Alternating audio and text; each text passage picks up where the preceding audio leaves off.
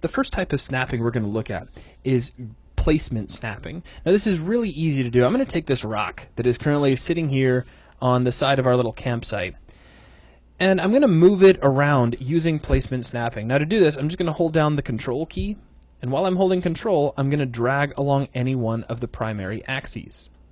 Now I can also drag with the center of the gizmo, and what's going on here is we are snapping around by a pre-established amount, and what you're probably wondering is, well, how do I set that amount? How do I know how far it is we're snapping, and how do I control that? Or at least that's what I'm hoping you're wondering, because if so, I get to say, well, I'm glad you asked, but well, Lee's over there silently, so. Well, you know, you were already going with it. You could help me out sometimes, Lee. I'm just saying. I could, but if you come under Edit, you can come down to your Snap settings, and you'll see Move X, Move Y, and Move Z. And this allows you to establish the amount at which you're going to be snapping while you use placement snapping. So now if I hold down Control, and let's make sure that I am moving in global space, and we drag, what we're doing is we're actually increasing by one full amount. Now currently this is a parented object, so these numbers aren't going to really coincide exactly the way you think they should. But you could zero them out.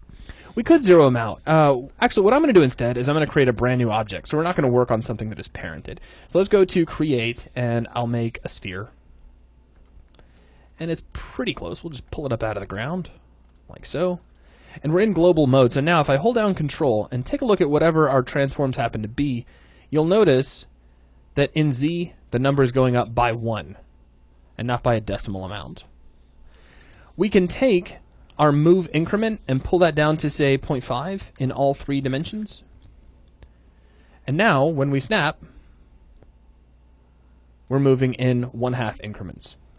We can also choose whether or not we want to snap all of our axes at once, and this will snap us to the nearest increment based on what we see here, because this is kind of like an invisible grid that we're establishing. You can't see it, but we can snap to it by clicking on Snap All Axes, or I can just snap in X to the nearest spot. Now there was some motion there, but it was really hard to see. So what I'm going to do is take my increment and increase it from 0.5 to, say, 3. Actually, I hit 5 by accident, but that might be a little far. So let's try 3 in all axes.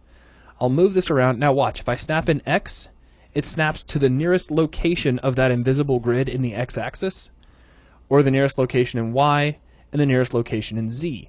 Or, conversely, I could snap all axes, and it just goes to the nearest one. If I move it way over here and click that again, this is now the nearest point. So again, it's a 3-dimensional grid. Unfortunately, you cannot visualize it, but you can use it to snap that increment. So that is a quick look at placement snapping. Once again, that's just holding down the Control key while you move, and now you've seen underneath the Edit menu, if you go down to Snap Settings, you can control that increment, and you can do it on individual axes. So that will... Yeah, there was something I wanted to show. Please, go ahead. When you go ahead and drag around a little bit, freeform, and go ahead and hit Snap All Axes. Sure.